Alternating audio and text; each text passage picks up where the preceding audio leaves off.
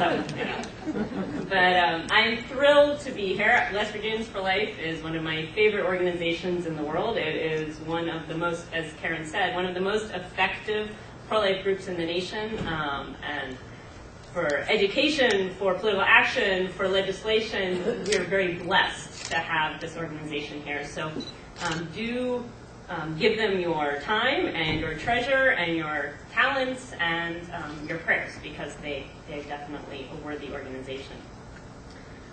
I'm going to talk a little bit about Planned Parenthood and Margaret Sanger, flesh out what you heard from Patty, and try to understand a little better what Planned Parenthood stands for and why they do what they do. So first, I think it's very helpful for us pro-lifers to realize what people out there think about Planned Parenthood. Pro-lifers just get it about Planned Parenthood. Even if you don't know that much about it, you just know Planned Parenthood is bad news. That is not the case for people out there. This is what people think. They think, wow, Planned Parenthood, I mean, like, look at all those different women, and there's minorities there, and they're just so helpful and sophisticated, and Planned Parenthood is fabulous. That's what people out there think. And so we have to recognize that to understand what we're up against when we're trying to educate. You got a bit of the biography of Margaret Sanger. The fact that she was one of 11 children, I think, is often surprising to people. But she is, as Patty said, she was a eugenicist. And so what does a eugenicist mean? It means somebody who divides up the world into people with good genes and people with bad genes. And so for Sanger, birth control was a means of exercising eugenic control, as we will see. So let's see what she stood for.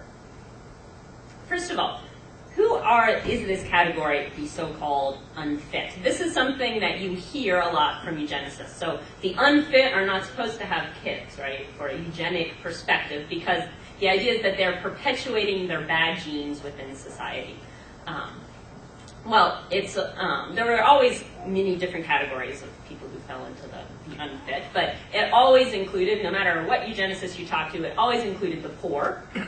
It always included those with physical diseases and disabilities, and it also included those with mental and cognitive disabilities. Sanger was a firm eugenicist, and she was, as Patty noted, she was not really hiding this commitment of hers. And so when you read her writings, it's very easy to see what she stands for. Planned Parenthood for a long time tried to obfuscate what it was that she stood for, but that's really harder and harder as, with the internet and with more of her writings going online, it's very clear to know what Margaret Sanger stood for. And this is something that she said in one of her books, Woman in the New Race.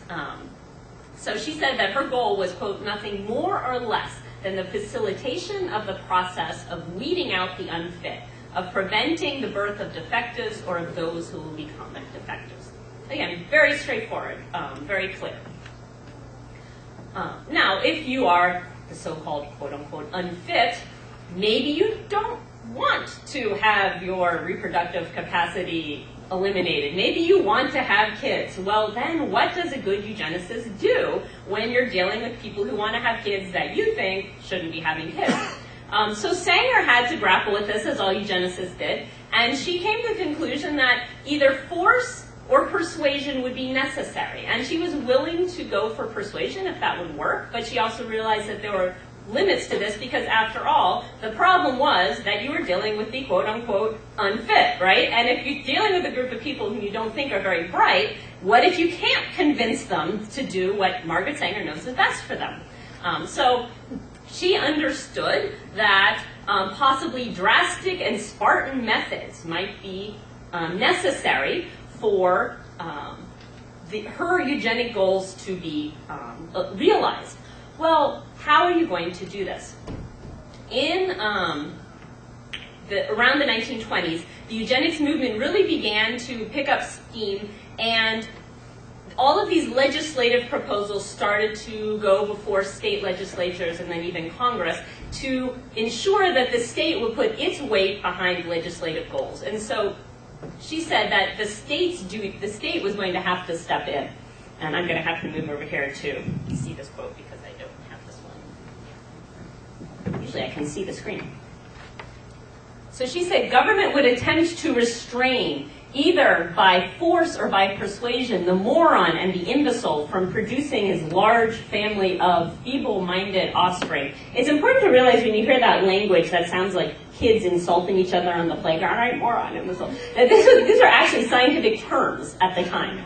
That there was, if a certain IQ level, you were a moron. A little higher, you were feeble-minded. A little lower, you were an imbecile or even an idiot. Ooh. So, this was how eugenicists classified the world. One of those proposals going through state legislatures in the 1920s